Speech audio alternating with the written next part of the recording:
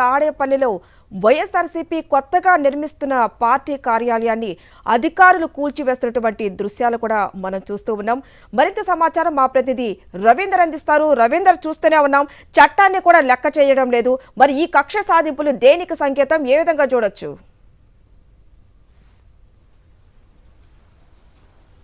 చంద్రబాబు ప్రభుత్వం గడిచిన కొద్ది రోజులుగా కక్ష సాధింపు ధోరణిని వ్యవహరిస్తూనే ఉంది. గడిచిన 4వ తారీఖు కౌంటింగ్ తర్వాత నుంచి కూడా పెద్ద ఎత్తున రాష్ట్ర వ్యాప్తంగా హింసకు తెరదీసిన పరిస్థితి మనం చూస్తూ ఉన్నాం. ఇప్పటికే వైఎస్ఆర్ కాంగ్రెస్ పార్టీకి సానుభూతి పరులు, నాయకులు, కార్యకర్తలు ఉన్నటువంటి వ్యక్తుల ఆస్తులను ధ్వంసం చేయడంతో పాటు పెద్ద ఎత్తున వారి మీద దాడులు చేస్తున్నటువంటి వైనాన్ని రాష్ట్ర వ్యాప్తంగా గడిచిన కొద్ది రోజులు చూస్తున్నాం. ఇప్పుడు తాజాగా ఏకంగా తాడేపల్లిలోని వైఎస్ఆర్ కాంగ్రెస్ పార్టీ కేంద్ర కార్యాలయాన్ని ధ్వంసం చేసిన పరిస్థితిని కూడా మనం చూస్తున్నాం. అడ్డు అదుపు లేకుండా ఏకంగా పెద్ద ఎత్తున అధికారులు దగ్గరుండి మరి కార్యక్రమాన్ని నిర్వహిస్తున్నారు. దీనికి సంబంధించి కనీసం నోటీసులు కూడా ఇవ్వకుండా వీరు చేస్తున్నటువంటి దురాఘాతంపై రాష్ట్ర వ్యాప్తంగా కూడా ఆందోళన వ్యక్తం అవుతుంది. ఎందుకంటే సిఆర్డీఏ కమిషనర్ సంబంధించి నిన్న హైకోర్టు చాలా స్పష్టంగా ఆదేశాలు జారీ చేసింది. ఇష్టానుసారం చేస్తామంటే కుదిరేది లేదు, ఖచ్చితంగా యాజ్ పర్ రూల్ ప్రకారం వెళ్ళండి, నోటీసులు ఇవ్వండి. ముందు నోటీసులు ఇచ్చిన తర్వాత వారు ఇచ్చేటువంటి సమాధానాన్ని బట్టి ఆ తర్వాత మీరు ఏదైనా నిర్ణయం తీసుకున్నట్టు కూడా హైకోర్టు చాలా స్పష్టంగా చెప్పింది. ఈ మేరకు హైకోర్టు చెప్పినటువంటి ఆదేశాలను లాయర్ ఎవరైతే ఉన్నారో వైఎస్ఆర్ కాంగ్రెస్ పార్టీ తరఫున వాదించినటువంటి న్యాయ పనవలు సుధాకర్ రెడ్డి చాలా స్పష్టంగా సిఆర్డీఏ అధికారులతో పాటు ఇటు మున్సిపల్ కమిషనర్ దృష్టి కూడా తీసుకెళ్లే పరిస్థితుంది. అయినప్పుడు కూడా ఏ మాత్రం పట్టించుకోకుండా మున్సిపల్ కమిషనర్ అయితే ఏకంగా నిన్న రాత్రి నుంచి కూడా రెండు సెల్ ఫోన్లు కూడా పూర్తిగా స్విచ్ ఆఫ్ చేసుకుని తనకేమీ సంబంధం లేనట్టుగా వ్యవహరిస్తూ ఉన్నారు. కోర్టు నుంచి ఎలాంటి ఆదేశాలు ఇంకా మాకు రిటర్న్ గా చేతికి అందలేదు అనేటువంటి ఒక కారణం చూపిస్తూ ఏకంగా ఈ రోజు తెల్లవారుజామున 5 ప్రొక్లైన్లను తీసుకుని వచ్చి 5:30 గంటల ప్రాంతంలో ఏకంగా వైఎస్ఆర్ కాంగ్రెస్ పార్టీ కార్యాలయాన్ని, కేంద్ర కార్యాలయాన్ని ధ్వంసం చేస్తున్న పరిస్థితి మనం విజువల్ కూడా చూడొచ్చు. 1 కాదు 2 కాదు, ఏకంగా 6 ప్రొక్లైన్స్ ఇక్కడ పనిచేస్తున్నాయి. బుల్డోజర్లు తీసుకొచ్చి పెద్ద ఎత్తున ధ్వంసం చేస్తున్నారు. ఇప్పటికీ ఒక గ్రౌండ్ ఫ్లోర్ మొత్తం కూడా స్లాబ్ కూడా పూర్తయిపోయింది. 2వ ఫ్లోర్ స్లాబ్ వేసేదానికి ఫిల్లర్లు కూడా కంప్లీట్ చేస్తున్నటువంటి పరిస్థితుల నేపథ్యంలో ఇప్పుడు ఏకంగా 6 ప్రొక్లైన్లు, బుల్డోజర్లు తీసుకొచ్చి పెద్ద ఎత్తున వీటన్నిటిని కూడా ధ్వంసం చేస్తూ ఉన్నారు.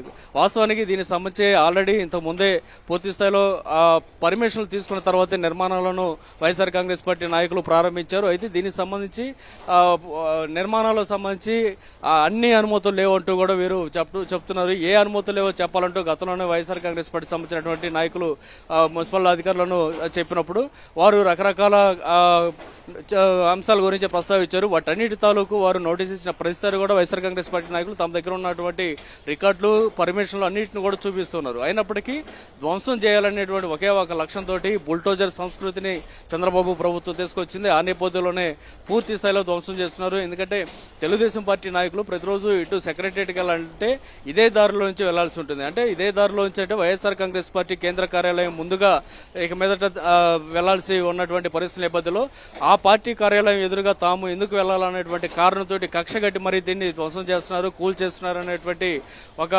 ఆందోళన అయితే వ్యక్తం అవుతున్న పరిస్థితి మనం చూస్తున్నాం. ఈ రోజు తెల్లవారుజామున 5:30 గంటల ప్రాంతంలో ఒకవైపు హైకోర్టు చాలా స్పష్టంగా చెప్పింది, ఏదైనా సరే ఆ నోటీసులు ఇవ్వకుండా యాజ్ పర్ రూల్ కాకుండా చేస్తే గనక సహించేది లేదంటూ చాలా స్పష్టంగా సిఆర్డీఏ కమిషనర్ ఉద్దేశించి హెచ్చరించింది. వ్యక్తిగతంగా మీరు బాధ్యులు అవుతారు, జాగ్రత్త అంటూ కూడా హెచ్చరికలు జారీ చేసింది. అయినప్పుడు కూడా సిఆర్డీఏ కమిషనర్ ఇచ్చినటువంటి ప్రొసీడింగ్స్ ఆధారంగా మున్సిపల్ అధికారులు రంగంలోకి దిగారు. ఈ రోజు తెల్లవారుజామున 5:30 గంటల ప్రాంతంలో ఇక్కడకు తాడేపల్లిలోని సీతానగరం డంపు యార్డు సమీపంలో ఉన్నటువంటి నిర్మాణం జరుగుతున్నటువంటి ఇక్కడ వైఎస్ఆర్ కాంగ్రెస్ పార్టీ కేంద్ర కార్యాలయం దగ్గరకు వచ్చి ఇక్కడ దీన్ని పెద్ద ఎత్తున ధ్వంసం చేసే కార్యక్రమానికి శ్రీకారం చుట్టిన పరిస్థితుంది చూస్తున్నాం. ఇప్పటికే దాదాపు సగానికి పైగా కూల్చివేశారు, ఇంకా కొద్దిగా మాత్రమే ఉంది. ఒక గంటలో వాటిని కూడా ధ్వంసం చేసే పరిస్థితి కనిపిస్తుంది. ఏ ఒక్క అధికారి కూడా ఇక్కడ లేరు. కనీసం ఈ రికార్డ్స్ చూపించడానికి కానీ గతంలోనే సిఆర్డీ అధికారులు కానీ మున్సిపల్ అధికారులు కానీ ఇచ్చినటువంటి పర్మిషన్లు రిటర్న్ గా ఇక్కడ చూపించడానికి చూస్తే కూడా ఏ ఒక్క అధికారులు కూడా ఇక్కడ లేరు. కేవలం ఒక ఆర్డర్స్ జారీ చేసి చుట్టూతా పోలీసులను పెద్ద ఎత్తున ఏర్పాటు చేసి పోలీసుల ఆధ్వర్యంలో ఎవరిని కూడా ఇటువైపు రానికుండా చేసి ఏ విధంగా ధ్వంసం చేస్తూ ఉన్న పరిస్థితి మనం ఒకసారి విజువల్లో కూడా చూడొచ్చు. పెద్ద ఎత్తున పారామిలిటరీ బలగాలను ఇక్కడ తరలించారు.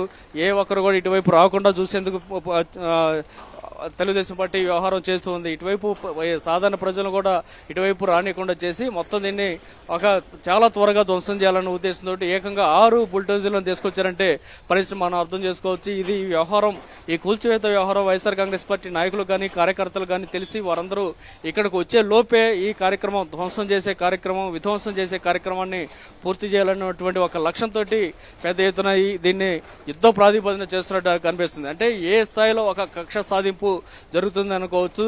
ఈ సందర్భంగా ఒక విషయాన్ని కూడా చెప్పుకోవాల్సి ఉంటుంది. నిన్న అసెంబ్లీ ప్రారంభమైన సందర్భంగా వైఎస్ జగన్ ప్రమాణ స్వీకారం చేస్తున్న సమయంలో అక్కడి నుంచి ప్రమాణ స్వీకారం పూర్తయ్యి స్పీకర్ దగ్గరకు వెళ్తున్న సమయంలో అక్కడ ఉన్నటువంటి మంత్రులకి ముఖ్యమంత్రి చంద్రబాబుకి అందరూ కూడా అభివాదం చేస్తున్న సమయంలో కొంతమంది తెలుగుదేశం పార్టీ సంబంధించినటువంటి మంత్రులు తమ సీట్లో నుంచి లేచి వైఎస్ జగన్కు అభివాదం చేశారు. ఎందుకంటే అంతకుముందు జగన్ అభివాదం చేసినప్పుడు ప్రతి నమస్కారం వారు కూడా పెడుతున్న సమయంలో చంద్రబాబు పక్కనే కూర్చోండి అంటూ వారిని బలవంతంగా కూర్చోబెడుతున్న వైనం. అంటే అసెంబ్లీలో కూడా అసలు ఎంత కక్షగట్టి చంద్రబాబు వ్యవహరిస్తున్నారు అనేది దాన్ని బట్టి అర్థం చేసుకోవచ్చు. అసెంబ్లీ అనేది పెద్దల ఇక్కడ జరుగుతున్నటువంటి సమావేశంలో పెద్ద ఎత్తున రాష్ట్ర వ్యాప్తంగా ప్రజలు చూస్తుంటారు అన్నటువంటి ఇంగిత జ్ఞానం కూడా లేకుండా ఈ విధంగా చేయటం ఏంటనేది చాలా మంది ప్రజాస్వామ్యవాదులు కూడా ప్రశ్నించిన పరిస్థితి. అయినప్పుడు కూడా ఒక కక్ష సాధింపు జగన్కి అభివాదం కూడా చేయాల్సిన పరిస్థితి లేదంటూ అక్కడ ఉన్నటువంటి మంత్రులను కూడా బలవంతం కూర్చోండి అంటూ చెప్తున్నటువంటి పరిస్థితిని చూస్తుంటే వైఎస్ఆర్ కాంగ్రెస్ పార్టీ మీద కానీ జగన్ మీద కానీ చంద్రబాబు ఏ స్థాయిలో కక్ష కట్టారు అనేది చాలా స్పష్టంగా అర్థం చేసుకోవచ్చు. అందులో భాగంగానే ఇప్పుడు తమ రోజు సెక్రటరియట్కి వెళ్ళేటువంటి దారిలో కనిపించే వైఎస్ఆర్ కాంగ్రెస్ పార్టీ కేంద్ర కార్యాలయాన్ని ఉండటానికి వీల్లేదనేటువంటి ఒకే ఒక కారణంతో పూర్తి స్థాయిలో దీన్ని ధ్వంసం చేసేటువంటి కార్యక్రమానికి తెరదీశారు. ఈరోజు తెల్లవారుజామున అది కూడా హైకోర్టు వద్దని చెప్పిన తర్వాత ప్రొసీడింగ్స్ మొత్తాన్ని నిలిపేయాలని చెప్పిన తర్వాత ఏదైనా తొందరపడితే మీరు వ్యక్తిగతంగా బాధ్యులు అవుతారంటూ అధికారులను ఆదేశించిన తర్వాత కూడా ఈ విధంగా చేస్తున్నారంటే ఒక చట్టం అన్నా కూడా ఏవి మాత్రం లెక్కలేదనేది ఒక హైకోర్టు అన్నా కూడా లెక్క లేకుండా వీరు వ్యవహరిస్తున్నటువంటి తీరును చూస్తుంటే ప్రజాస్వామ్యవాదులు శాంతి కాముకులు అందరూ కూడా ఆగ్రహం వ్యక్తం చేస్తున్న పరిస్థితి కనిపిస్తుంది. అయినప్పుడు కూడా మనం చూస్తూ ఉన్నాం పెద్ద ఎత్తున వచ్చినటువంటి బుల్డోజర్లు వీటిని ధ్వంసం చేస్తూ ఉన్నారు. దాదాపు చాలా వరకు అంటే 60% పైగా బిల్డింగ్ను కూడా కూల్చేశారు. ఇదంతా కూడా గడిచిన కొద్ది రోజులుగా ఇక్కడ నిర్మాణం జరుగుతుంది. రాష్ట్ర వ్యాప్తంగా అన్ని పార్టీలకు ఇచ్చినట్టుగానే ప్రభుత్వం వైఎస్ఆర్ కాంగ్రెస్ పార్టీ కూడా గతంలో ఈ స్థలాన్ని కేటాయించింది. ఈ స్థలంలో ప్రస్తుతం కేంద్ర కార్యాలయాన్ని నిర్మాణం చేస్తూ ఉన్నారు. అలాంటి ప్రభుత్వం ఇచ్చినటువంటి స్థలంలో ప్రభుత్వం ఇచ్చినటువంటి అనుమతులు తీసుకొని నిర్మాణాలు చేస్తుంటే ఎందుకు ఈ విధంగా కక్ష కట్టారనేది చాలా స్పష్టంగా ప్రజలు కూడా అర్థమవుతున్న పరిస్థితి. ఇంత దారుణం ఇంత విధ్వంసం అనేది గతంలో ఎప్పుడూ జరగలేదనేది కూడా ప్రజలు చెప్తున్న పరిస్థితి.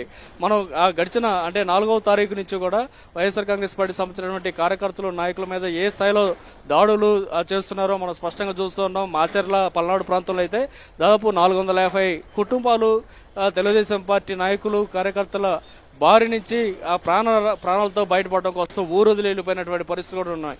అంటే ఏ స్థాయిలో వారు ఆస్తుల విధ్వంసం కానీ దాడులు కానీ తెగపడుతున్నారనేది మనం అర్థం చేసుకోవచ్చు. ఇప్పటికైతే కొన్ని వందల మంది కనీసం కంప్లైంట్ ఇవ్వడానికి కూడా ముందుకు రాలేక భయపడుతున్నారు సాధారణ ప్రజలు. అంటే ఏ స్థాయిలో అరాచకం జరుగుతున్నది మనం స్పష్టంగా అర్థం చేసుకోవచ్చు. ఇప్పుడు మనం విజువల్లో చూస్తుంటే ఏకంగా వైఎస్ఆర్ కాంగ్రెస్ పార్టీ కేంద్ర కార్యాలయాన్ని ధ్వంసం చేస్తున్నారంటే ఒక ఫ్లోర్ పూర్తయ్యి 2వ ఫ్లోర్ స్లాబ్కి రెడీ చేస్తున్న పరిస్థితుల్లో కూడా దీన్ని ధ్వంసం చేస్తున్నారు. అది కూడా హైకోర్టు వద్దన్నా హైకోర్టు కాదన్నా మీరు బాధ్యులు అవుతారని హెచ్చరించినా కూడా పట్టించుకోకుండా చట్టాన్ని పూర్తిగా తమ చేతిలో తీసుకొని హైకోర్టు చెప్పినా పట్టించుకోకుండా ఈ విధంగా విధ్వంసానికి పాల్పడుతున్నటువంటి వైనాన్ని రాష్ట్ర ప్రజలు కూడా జీర్ణించుకోలేకపోతున్నారు. ఈ సమాచారం ఇప్పుడే రాష్ట్ర వ్యాప్తంగా తెలుస్తున్న నేపథ్యంలో ప్రజలు వైఎస్ఆర్ కాంగ్రెస్ పార్టీ కార్యకర్తలు ఇక్కడికి వచ్చి త్వరగా అడ్డుకునే ప్రయత్నం చేస్తారో అన్నటువంటి ఒకే ఒక కారణంతో 6 ప్రొక్లైన్లు తీసుకొచ్చి ఇక్కడ ధ్వంసం చేస్తున్నటువంటి పరిస్థితి మనం చూస్తూ ఉన్నాం. ఏ ఒక్క అధికారి కూడా సమీపంలో లేరు. కేవలం బుల్డోజర్లు మాత్రమే పనిచేస్తున్నాయి. చుట్టూతా పోలీసులు ఉన్నారు. పోలీసుల పహారా మధ్య వీటన్నిటిని ధ్వంసం చేసినటువంటి వైనాన్ని మనం చూస్తూ ఉన్నాం. దీన్ని బట్టే మనం అర్థం చేసుకోవచ్చు రానున్న రోజుల్లో ఇంకా ఏ స్థాయిలో ఈ విధ్వంసం అనేది జరగబోతుంది అనేది చాలా స్పష్టంగా అర్థమవుతున్న పరిస్థితి కనిపిస్తుంది. మొత్తంగా ఈ వ్యవహారాన్ని చూస్తున్నటువంటి ప్రజలందరూ కూడా పెద్ద ఎత్తున ఆందోళన చేస్తున్న పరిస్థితి కనిపిస్తుంది. ఇంత విధ్వంసం ఇంత కక్ష కట్టి ఏం సాధిస్తారు అనేది ప్రజలు కూడా ప్రశ్నిస్తున్నారు. కానీ దీనికి సమాధానం చెప్పేందుకు తెలుగుదేశం పార్టీ నాయకులు కానీ లేదంటే ఆ పార్టీకి ఆ నాయకులకు ఒత్తాసు పలుకుతున్నటువంటి అధికారులు కానీ ఎవరో కూడా సమాధానం చెప్పట్లేదు. ఇప్పుడు ఇది పూర్తిగా హైకోర్టుని కాదని హైకోర్టు ఉత్తర్వులను ఉల్లంఘించి చేస్తున్నటువంటి ఈ చర్య మీద హైకోర్టు కూడా తీవ్రంగా స్పందించే అవకాశం కనిపిస్తుంది. దీనికి సంబంధించి హైకోర్టుకి ఏ విధంగా ఆ ప్రభుత్వం సమాధానం చెప్తుందో వేచి చూడాల్సిన పరిస్థితి అయితే కనిపిస్తుంది. మొత్తంగా ఇక్కడ జరుగుతున్నటువంటి విధ్వంసం మాత్రం ఇంకా కొనసాగుతూ ఉంది. హరిత. ఎస్ రవీందర్, ప్రభుత్వ అనుమతులు తీసుకున్న తర్వాతే వైఎస్ఆర్సీపీ ఆ కార్యాలయాన్ని ప్రారంభించింది. మరి దానికి పూర్తి చేయకుండా కూడా ఇటువంటి దాడులకు పాల్పడుతున్నారు, ప్రభుత్వానికి నష్టం కలిగించేలా కూడా వ్యవహరిస్తున్నారని మనకు పూర్తిగా అర్థమవుతుంది. ఏ విధంగా చూడొచ్చు?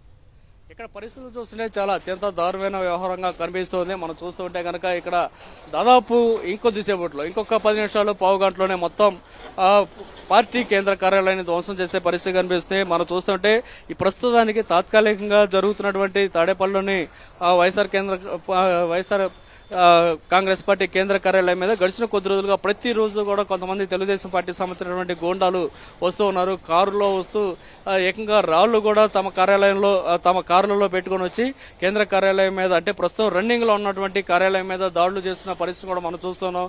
అక్కడ ఉన్నటువంటి పోలీసులు, ఒకరిద్దరు ఉన్నటువంటి పోలీసులు వారిని అడ్డుకునే ప్రయత్నం కూడా చేయలేకపోతున్న వైనాం కూడా చూస్తున్నాం. అంటే ఏకంగా టార్గెట్ చేసుకున్నలా కూడా కేంద్ర కార్యాలయాన్ని రాష్ట్ర స్థాయి నాయకులను టార్గెట్ చేసుకున్నట్టు చాలా స్పష్టంగా అర్థమవుతుంది. ఇప్పుడు ఒకవైపు క్షేత్రస్థాయిలో దాడులు చేస్తూనే గ్రామీణ ప్రాంతాల్లో ఉన్నటువంటి పార్టీ కార్యకర్తలు, సానుభూతి పరుల మీద ఒకవైపు దాడులు చేస్తూనే మరోవైపు కేంద్ర కార్యాలయాన్ని, కేంద్ర నాయకత్వాన్ని కూడా టార్గెట్ చేసుకుని పెద్ద ఎత్తున దాడులు చేస్తున్నటువంటి పరిస్థితి మనం చూస్తున్నాం. మనం చూస్తుంటే కనుక దాదాపు చివరి దశ కూడా వచ్చింది కూల్చివేత అనేటువంటి కార్యక్రమం. ఖచ్చితంగా 5:30 గంటల ప్రాంతంలో ఎక్కడకు దాదాపు 6 ప్రొక్లైన్లను తీసుకుని వచ్చి దీన్ని ధ్వంసం చేస్తూ ఉన్నారు. రాత్రి ఈ ఏదైతే హైకోర్టు ఇచ్చినటువంటి ఆర్డర్స్ ఉన్నాయో ఆ హైకోర్టు ఆర్డర్స్ తీసుకొని న్యాయవాది పొన్నవోలు సుధాకర్ రెడ్డి మున్సిపల్ కమిషనర్ దృష్టి తీసుకెళ్లినప్పుడు కూడా రిటర్న్ గా మాకు రాందే మేమేం చేయలేమంటూ ఆయన సమాధానం చెప్పిన పరిస్థితి. వాస్తవానికి దీనికి సంబంధించి గతంలోనే సుప్రీంకోర్టు చాలా స్పష్టంగా తీర్పునిచ్చింది. రిటర్న్ గా రాలేదు అనేటువంటి ఒక కారణాన్ని చూపించి ఆస్తుల ధ్వంసం లాంటివి చేయటం కానీ, అరెస్టు చేయడం లాంటి తీవ్ర కార్యక్రమాలు ఏది కూడా చేయడానికి లేదు. సమాచారం అందితే చాలు, లేదా ఈమెయిల్ ద్వారా అందినా సరే ఖచ్చితంగా దాన్ని అమల్లో చేయాల్సిందంటూ గతంలో సుప్రీంకోర్టు చాలా స్పష్టంగా ఆదేశాలు జారీ చేసింది. కానీ ఆంధ్రప్రదేశ్లో మాత్రం అందుకు భిన్నమైన వాతావరణం కనిపిస్తుంది. ఒక పాత బీహార్ తరహా రాజకీయం ఇక్కడ జరుగుతుంది. ఉత్తరప్రదేశ్లో బుల్డోజర్ల రాజకీయం, బుల్డోజర్ల సంస్కృతి ఏ విధంగా ఉంటుంది, ఇప్పుడు ఆంధ్రప్రదేశ్కి చంద్రబాబు నాయుడు తీసుకొచ్చిన పరిస్థితి కనిపిస్తుంది.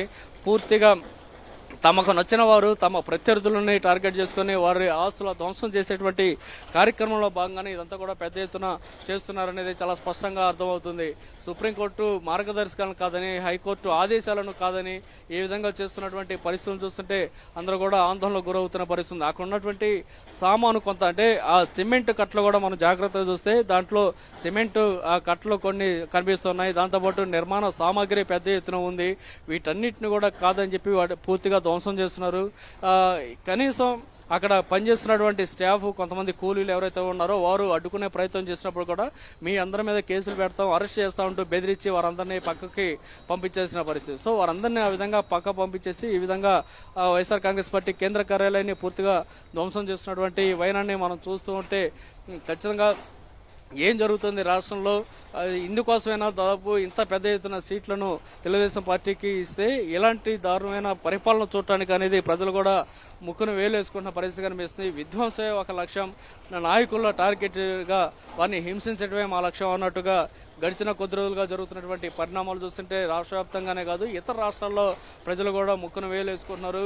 చంద్రబాబు నాయుడు 40 ఏళ్ల పైగా అనుభవం ఉందంటున్నారు. 4 సార్లు ముఖ్యమంత్రిగా పనిచేస్తున్నానని చెప్పుకుంటున్నటువంటి చంద్రబాబు నాయుడు ఈ తరహా తరహా విధ్వంసం చేయడం అనేది నిజానికి ఎవరు కూడా ఊహించిన పరిస్థితి. గడిచిన కొంతకాలంగా లోకేష్ కూడా చెప్తున్నారు, రెడ్ బుక్ రాజ్యాంగం అమలు చేస్తారంటూ గడిచిన కొంతకాలంగా చెప్తూనే ఉన్నారు. దీనికి సంబంధించి గతంలో కూడా హైకోర్టు చాలా స్పష్టంగా చెప్పింది.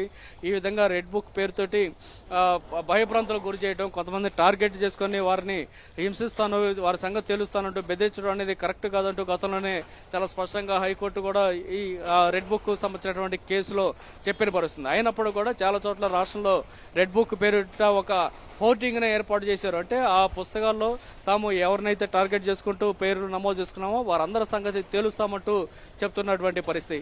ఇంతటి దారుణమైన పరిస్థితి జరుగుతున్నా కూడా ఏ ఒక్క ప్రజాస్వామ్యవాది దాని గురించి ప్రశ్నిస్తుంటే వారి మీద కూడా కేసులు పెడుతున్న పరిస్థితి. మరోవైపు బాధితులు ఎవరైతే ఉన్నారో ఆ బాధితులు తాము ఇబ్బంది పడుతున్నటువంటి పరిస్థితుల గురించి నేరుగా ఇక్కడ కంప్లైంట్ చేసినా కూడా ఏ ఒక్క పోలీస్ అధికారి ఏ ఒక్క పోలీస్ స్టేషన్లో కూడా కేసులు కూడా నమోదు చేయటం లేదు. ఈ నేపథ్యంలోనే గతంలో మనం చూస్తూ ఉన్నాం, ఆ హైకోర్టుకి వెళ్ళి ఆ కంప్లైంట్ చేశారు, గవర్నర్కి ఫిర్యాదు చేశారు, రాష్ట్రపతికి కంప్లైంట్ ఇచ్చిన పరిస్థితి, ప్రధానమంత్రికి కేంద్ర హోంశాఖ మంత్రికి కూడా ఫిర్యాదులు చేయడంతో పాటు సుప్రీంకోర్టు తలుపు కూడా తట్టాల్సిన పరిస్థితి ఆంధ్రప్రదేశ్లోని వైఎస్ఆర్ కాంగ్రెస్ పార్టీ సంబంధించినటువంటి కార్యకర్తలకు ఏర్పడింది. ఎందుకంటే తెలుగుదేశం పార్టీ సంబంధించినటువంటి గోండాలు చేస్తున్నటువంటి దాడి విధ్వంసం దెబ్బకు తట్టుకోలేక ఇక్కడ పోలీసులు పట్టించుకోలేకపోతున్న పరిస్థితి, రాజ్యాంగ వ్యవస్థలో కూడా నీరు కారిపోతున్న పరిస్థితి, చేతులు కట్టుకుంటున్నటువంటి పరిస్థితుల నేపథ్యంలో ఏకంగా సుప్రీంకోర్టుని ఆశ్రయించినటువంటి పరిస్థితి ఆంధ్రప్రదేశ్లో నెలకొందంటే ఇక ఏం చెప్పాలి, ఏం జరుగుతుంది ఆంధ్రప్రదేశ్లో అనేది దేశంలోని మిగతా రాష్ట్రాల్లో కూడా ప్రజలు చూస్తున్న పరిస్థితి కనిపిస్తుంది. ఆ స్థాయిలో విధ్వంసం అనేది కొనసాగుతుంది. మనం చూస్తూ ఉన్నాం. ఇంకా ఆ ప్రొక్లైన్లో పెద్ద ఎత్తున దాన్ని ధ్వంసం చేస్తూనే ఉన్నాయి. పెద్ద భీములను ఏర్పాటు చేసినటువంటి అంటే కాలమ్స్ ఏవైతే ఉన్నాయో ఇవి ఆ బిల్డింగ్ సంబంధించినటువంటి కాలమ్స్ను కూడా పగలగొడుతున్నారు. ఒకవైపు ఫిల్లర్లో ఏర్పాటు చేసిన సెకండ్ ఫ్లోర్ సంబంధించినటువంటి ఫిల్లర్స్ని ధ్వంసం చేస్తున్నారు. లోపల ఉన్నటువంటి సామాగ్రిని ఏ ఒక్క సామాగ్రిని కూడా బయటకు తీయకుండా వాటిని కూడా దాంతోపాటు కలిపి కూల్చేస్తున్నటువంటి పరిస్థితి. వీటన్నిటిని చూస్తుంటే ఒక కక్ష ఏ స్థాయిలో వారంతా కక్ష కట్టారు అనేది చాలా స్పష్టంగా అర్థమవుతుంది. అంటే క్రైమ్కు సంబంధించి కొంతమంది చూస్తే అంటే కొన్ని హత్యలు కానీ ధ్వంసం కానీ ఇలాంటివి జరుగుతున్నప్పుడు అక్కడ జరుగుతున్నటువంటి ఆ ధ్వంసం చూస్తే లేదంటే హత్యకు గురైనటువంటి వ్యక్తి మీద ఉన్నటువంటి ఆ కత్తిపోట్లు కానీ అలాంటివి చూస్తే చాలా స్పష్టంగా అర్థమవుతుంది వీరు ఎంతో కక్ష కట్టుకుని ఈ విధంగా చేశారనేది అర్థమవుతుంది. సో ఇప్పుడు ఇక్కడ జరుగుతున్నటువంటి ఈ విధ్వంసం వైఎస్ఆర్ కాంగ్రెస్ పార్టీ కేంద్ర కార్యాలయాన్ని ధ్వంసం చేస్తున్నటువంటి ఈ విధ్వంసాన్ని చూస్తుంటే ఏ స్థాయిలో చంద్రబాబు ప్రభుత్వం కక్ష కట్టింది వైఎస్ఆర్ కాంగ్రెస్ పార్టీ మీద, ఆ నాయకుల మీద, ఆ పార్టీ సంబంధించినటువంటి ఆస్తుల మీద అనేది చాలా స్పష్టంగా అర్థం చేసుకోవచ్చు. అందుకోసమే పార్టీ కేంద్ర కార్యాలయాన్ని సంబంధించి చుట్టూతా 6 ప్రొక్లైన్లు పెట్టేసి ఏ మూలన పడితే ఆ మూలన నుంచి దీన్ని ధ్వంసం చేయడమే లక్ష్యంగా పెద్ద ఎత్తున పగలగొడుతూ ఉన్నారు, విధ్వంసం చేస్తూనే ఉన్నారు. దాదాపు పూర్తిగా వచ్చిన పరిస్థితుంది. దాదాపు ఇంకొక అరగంటలోనే మొత్తం బిల్డింగ్ను కూడా కొలాప్స్ చేసే అవకాశం అయితే కనిపిస్తుంది.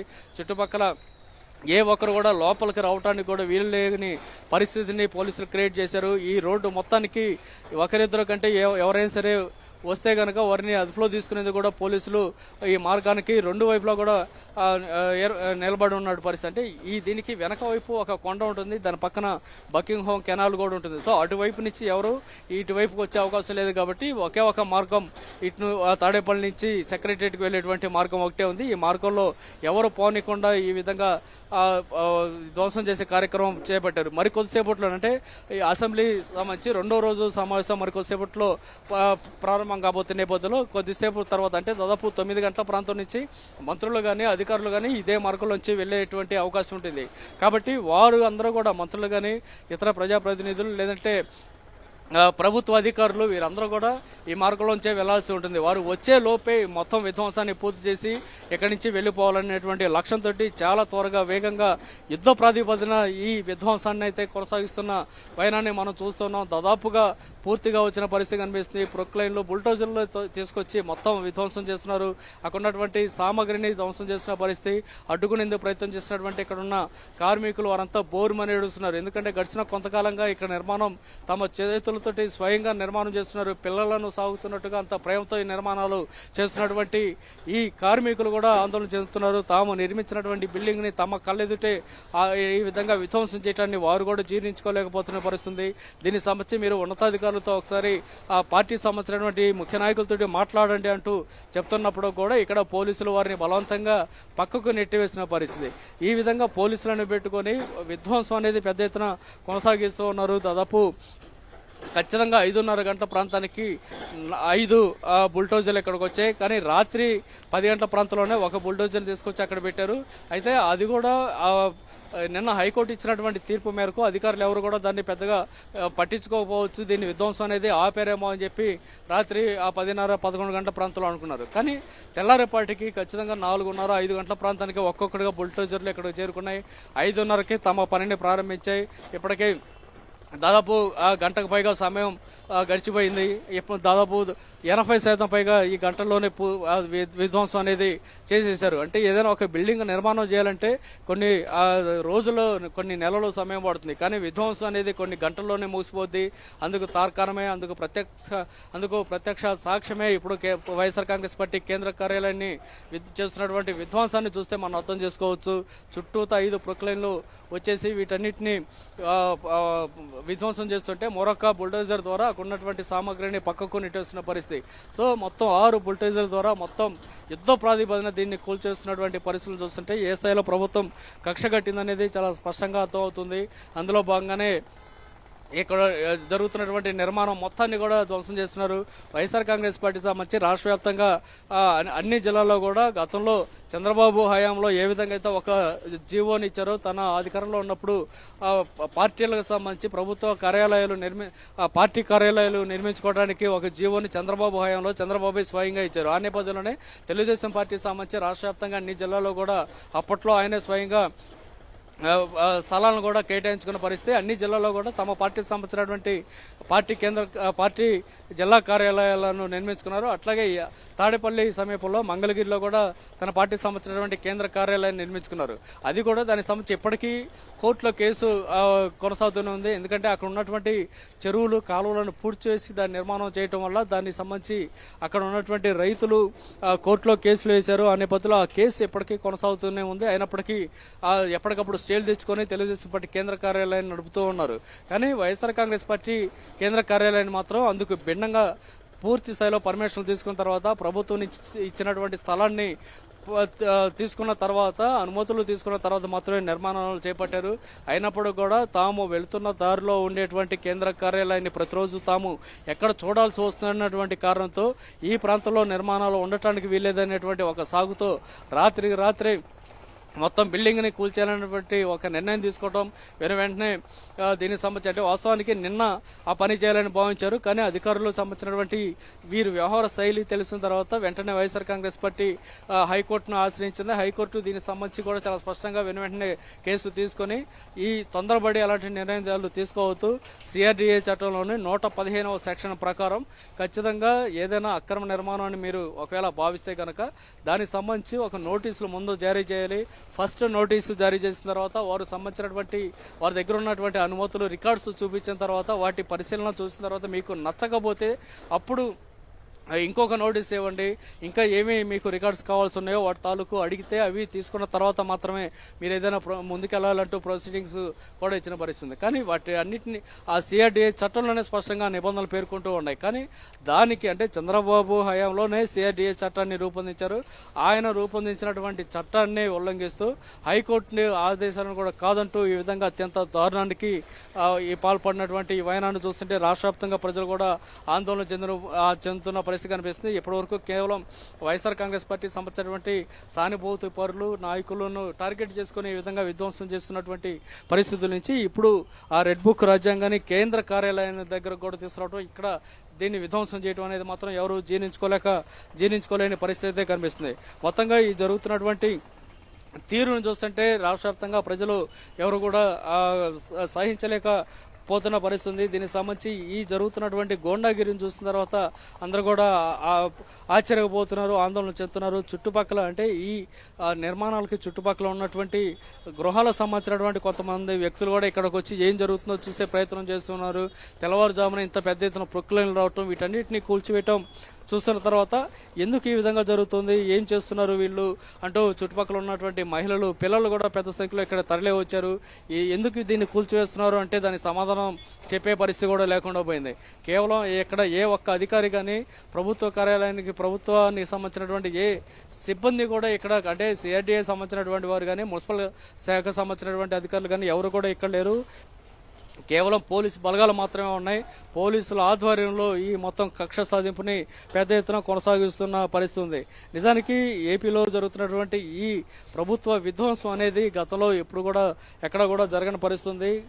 ఉత్తరప్రదేశ్ లాంటి ప్రాంతాల్లో కొంతమందిని, అది కూడా రౌడీలు గూండాలు ఎవరైతే ఉన్నారో అలాంటి వారి తాలూకు వారి మీద మాత్రమే ఇట్లాంటి బుల్డోజర్ సంస్కృతిని తీసుకొస్తే, ఆంధ్రప్రదేశ్లో మాత్రం అందుకు భిన్నంగా తాము ఎవరినైతే టార్గెట్ చేసుకున్నామో ఆ టార్గెట్ చేసుకున్నటువంటి వైఎస్ఆర్ కాంగ్రెస్ పార్టీ నాయకులు, కార్యకర్తల ఇల్లు, ఆస్తులను ధ్వంసం చేయడమే లక్ష్యంగా ఈ విధంగా విధ్వంసం చేస్తున్న పరిస్థితిని చూస్తుంటే అందరూ కూడా ఆశ్చర్యపోతున్నారు, ఆందోళనకు గురవుతున్న పరిస్థితి. మనం బీహార్లో ఉన్నామా, ఆంధ్రప్రదేశ్లో ఉన్నామా, ఏం జరుగుతుంది, ఈ అరాచకం అంటూ కూడా అందరూ ఆందోళనకు గురవుతున్న పరిస్థితి. గతంలో బీహార్లో ఏ విధంగా జరిగిందో దేశవ్యాప్తంగా అందరికీ తెలిసిన పరిస్థితి.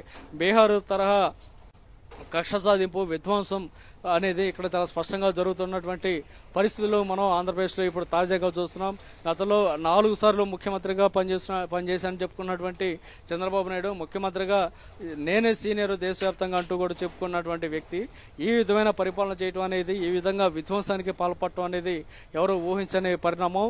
తాను ఇటువైపు నుంచే వెళ్తుంటారు కాబట్టి అంటే తన ఇంటి దగ్గర నుంచి తెలుగుదేశం పార్టీ కేంద్ర కార్యాలయానికి వెళ్లాలంటే ఇదే మార్గంలో చంద్రబాబు కూడా వెళ్లాల్సి ఉంది. కాబట్టి తాను తన పార్టీ కేంద్ర కార్యాలయానికి వెళ్లాలంటే ఈ మార్గంలో ఉండటానికి వైఎస్ఆర్ కాంగ్రెస్ పార్టీ కార్యాలయం ఉండటానికి వీల్లేదనేది ఆయన కక్షగట్టినట్టుగా చెప్తున్న పరిస్థితి. తెలుగుదేశం పార్టీకి సంబంధించినటువంటి కొంతమంది వ్యక్తులు 1-2 రోజుల క్రితమే లీకులు కూడా ఇచ్చారు.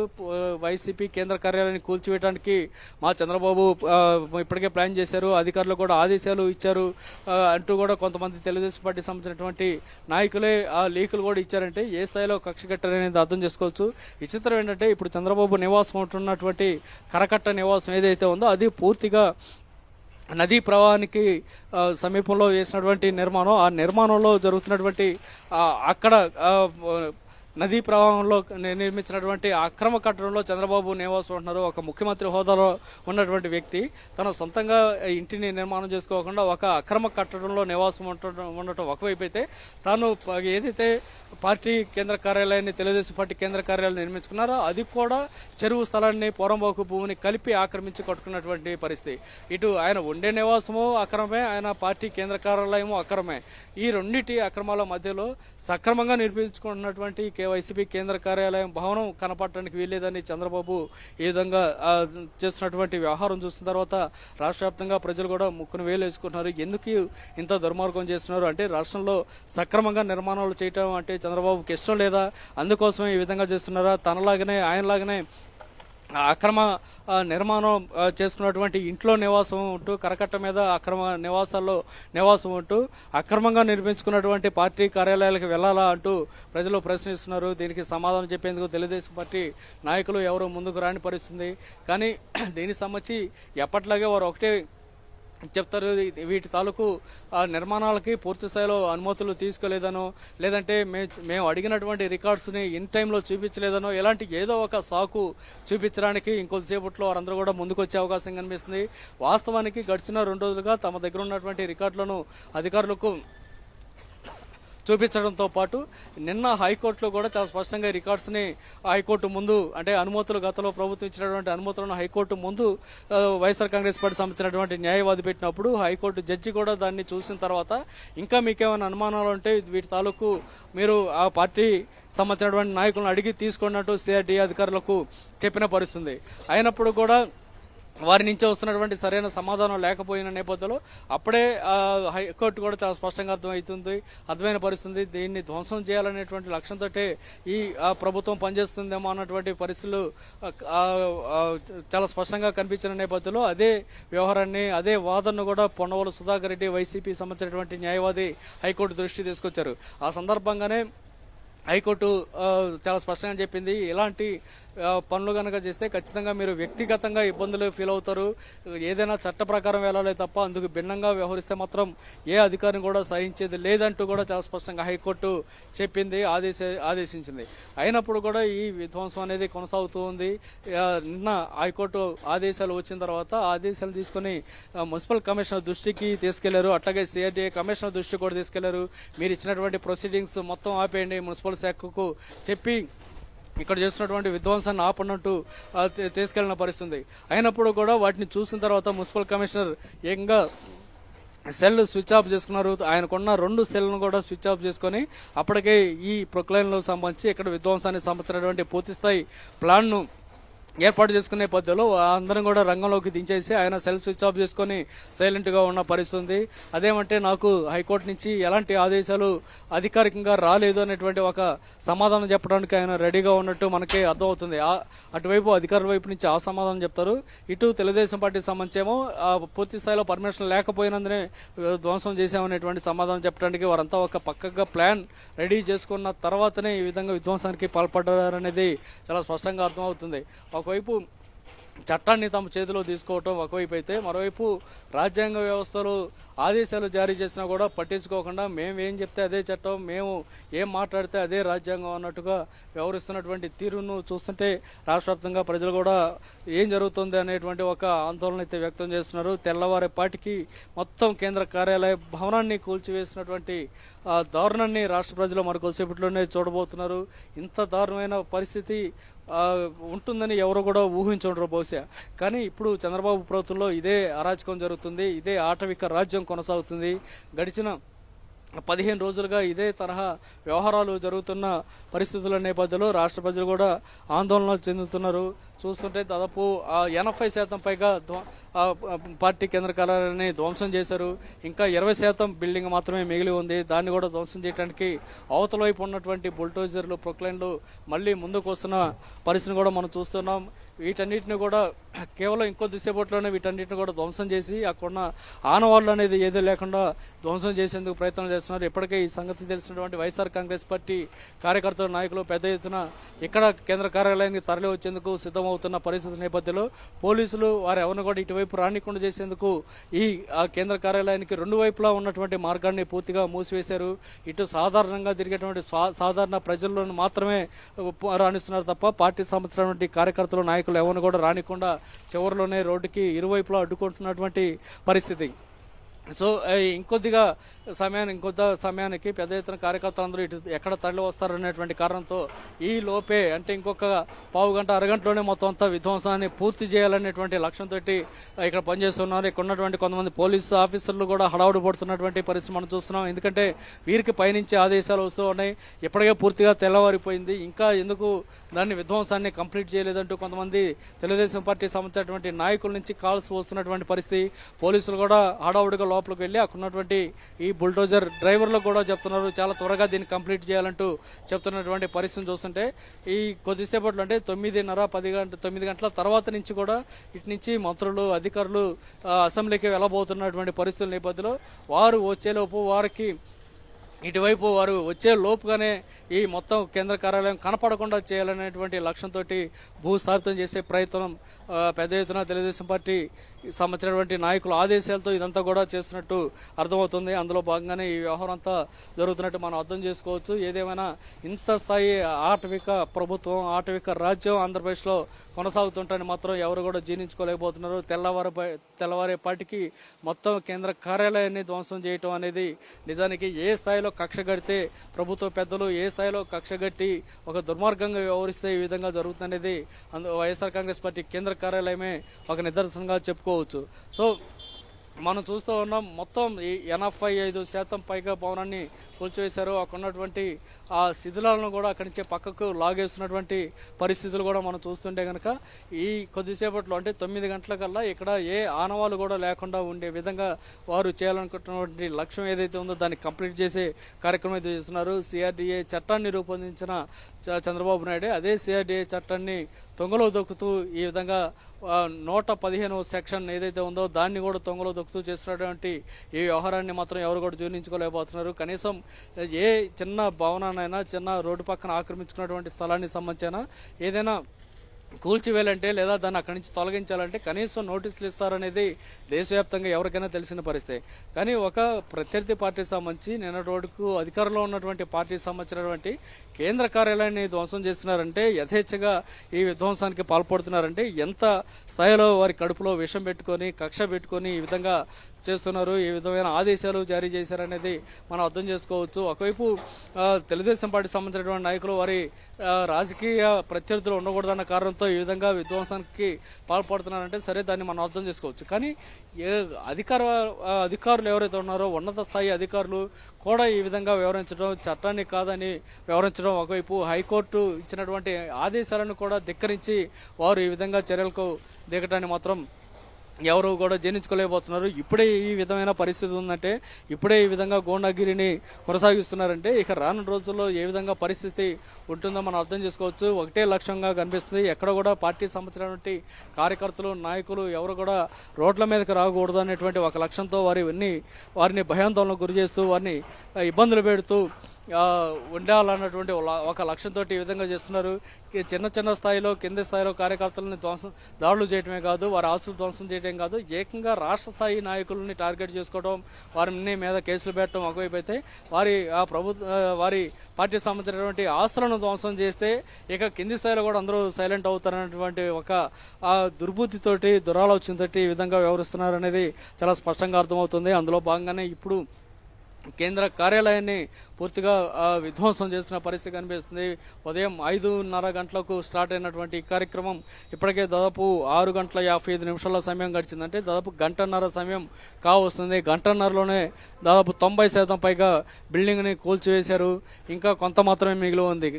పార్టీ సంబంధించినటువంటి కార్యకర్తలు, నాయకులు ఇక్కడికి వచ్చి ఏ ఆందోళన కార్యక్రమం చేస్తారో, ఎక్కడ అడ్డుకునే ప్రయత్నం చేస్తారో అన్నటువంటి కారణంతో మొత్తం అంతా కూడా చాలా త్వరితగతిన దీన్ని విధ్వంసం చేసేందుకు వీరు చేస్తున్నటువంటి ప్రయత్నాలను చూస్తుంటే అందరూ కూడా ఒక ఆందోళనకు గురవుతున్న పరిస్థితి కనిపిస్తుంది. ఎప్పుడు చూడని విధ్వంసం, ఎప్పుడు చూడని కక్ష, ఎప్పుడు చూడని ఆటవిక రాజ్యం ఇప్పుడు ఆంధ్రప్రదేశ్లో కొనసాగుతుంది. మరో బీహార్ లాగా, మరో ఉత్తరప్రదేశ్ లాగా ఆంధ్రప్రదేశ్లో ఈ విధంగా అరాచకం రాజ్యం వెళ్ళటాన్ని మాత్రం ఎవరు కూడా జీర్ణించుకోలేకపోతున్నారు. తెల్లవారే పార్టీ కేంద్ర కార్యాలయాన్ని ధ్వంసం చేయడం అనేది నిజానికి రాష్ట్ర చరిత్రలో ఎప్పుడు కూడా జరగనటువంటి పరిస్థితి. ఇప్పుడు కేవలం చంద్రబాబు ప్రభుత్వంలోనే ఇలాంటి వ్యవహారాన్ని చూస్తున్నాం. నేను ఇంతకుముందు చెప్పినట్టు అసెంబ్లీలో నిన్న జగన్ పట్ల చంద్రబాబు వ్యవహరించినటువంటి తీరును చూసిన తర్వాతే రానున్న రోజుల్లో ఏ విధంగా ఉండబోతుందనేది ఒక సిమ్టమ్స్ అయితే చాలా స్పష్టంగా అర్థమైన పరిస్థితుంది. కనీసం నమస్కారం పెడితే ప్రతి నమస్కారం పెట్టాలనేటువంటి ఇంగిత జ్ఞానం లేనటువంటి కొంతమంది వ్యక్తులు అక్కడ అసెంబ్లీలో కూర్చొని ఉన్నారు. కొంతమంది నమస్కారం పెడితే వారిని మీరు ఎందుకు నమస్కారం పెట్టారు, మీరు కూర్చోండి అంటూ వారిని బెదిరిస్తూ చేతులు ఊపుతూ కూర్చోమని చెప్పి సైకిల్ చేయటం,